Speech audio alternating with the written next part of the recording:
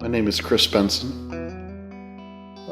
I got into amps. I had kind of an epiphany when I plugged a bass into a Fender Bassman tube guitar amplifier. Immediately realized that I had been missing out playing solid-state amps. And being kind of a handy guy, I knew you could make tube amps. So I figured I would just kind of learn how to do that, and I would make myself an amp to play bass and guitar out of.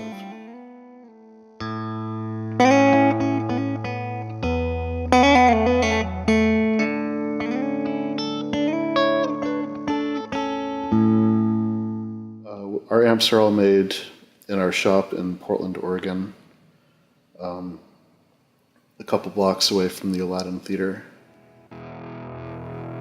Before I started Benson Amps, I worked as an amp tech, both at Old Time Music in Portland and at Varela Amps in Seattle. The Monarch is my first, I guess, completed amp design.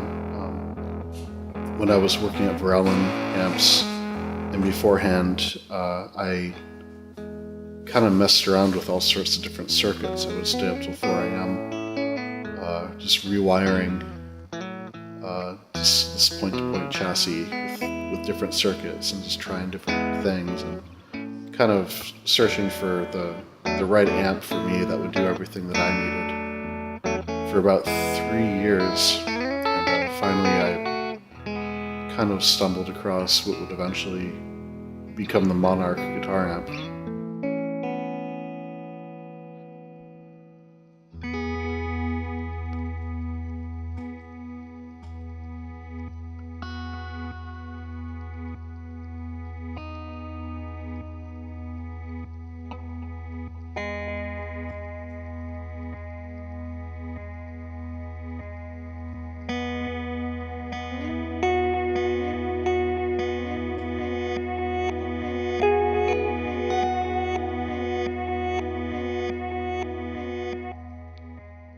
My name is Robbie Augsburger.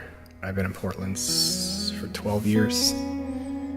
I met Chris through a mutual friend who suggested I bring, I believe, a tape deck to him to be repaired. And that was early 2012. About a year ago, I heard that he was looking for somebody to do rapping. And I was like, I was looking for a part-time job, so I was like, I could try that. And then he actually thought I'd be better at like kind of organizing the shop and like, basically kind of managing. My favorite thing is probably hanging out with the people who work here and seeing something grow from like a business in a garage, like the quintessential guy who started a business in his garage and it became too big for the garage and he had to hire a bunch of people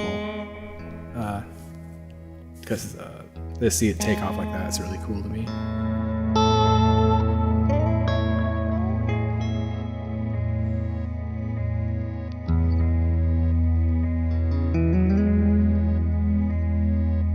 Matthew Dawson. I'm from Atlanta. Originally, I moved out here for love, but I stayed for guitar amps. I was working at a vacuum tube importer here in Portland, which was a great early apprenticeship. I'd been a hobby builder for years and then working just with vacuum tubes all day long, testing tubes, brainstorming. I was working at Eurotubes out here in Milwaukee, Oregon, which is a great place just to learn about vacuum tubes. And they're very serious about just coming up with new ways to test tubes. It's given me a little bit of an unusual hobby. I'll just enjoy testing tubes and coming up with methods for getting a more accurate test for a vacuum tube.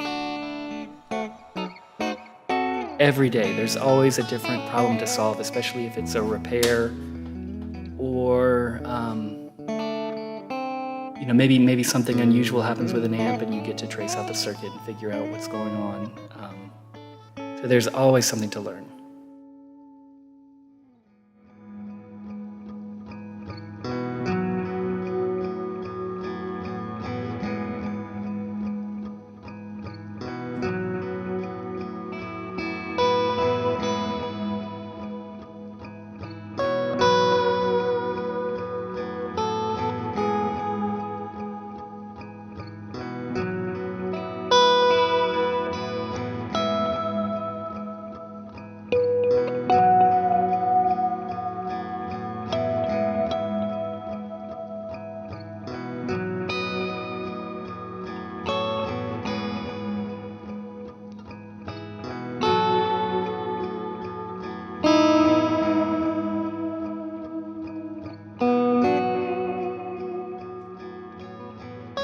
Kelly Schaefer.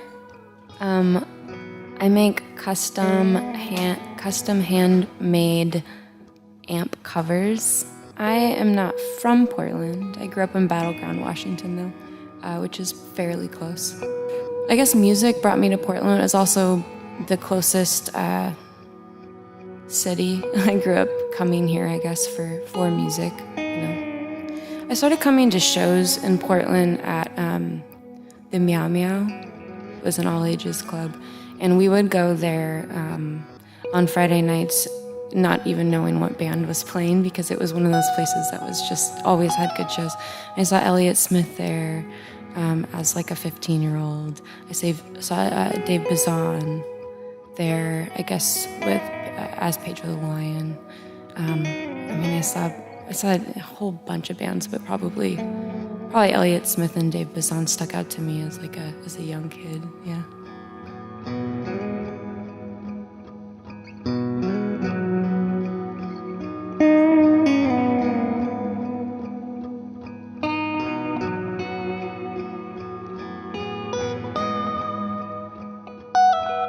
The thing that I am most proud of is probably the standard of perfection that I've always kind of been seeking. If I can make it better, I do. And we're always just kind of like pushing to just make the amp sound better. That's the most important thing. To make them sound better and to do more stuff. Do more things well, not just be a one-trick pony, but can actually be used for, all sorts of different types of music with 2 or 3 knobs. People always ask what it sounds like, and I think it sounds like a lot of different things, depending on what the player wants. Anything you would ask an American or British amp to do reasonably and do it really well. But I think it's more of an experience of the player actually playing the instrument and responding to it. It's very responsive.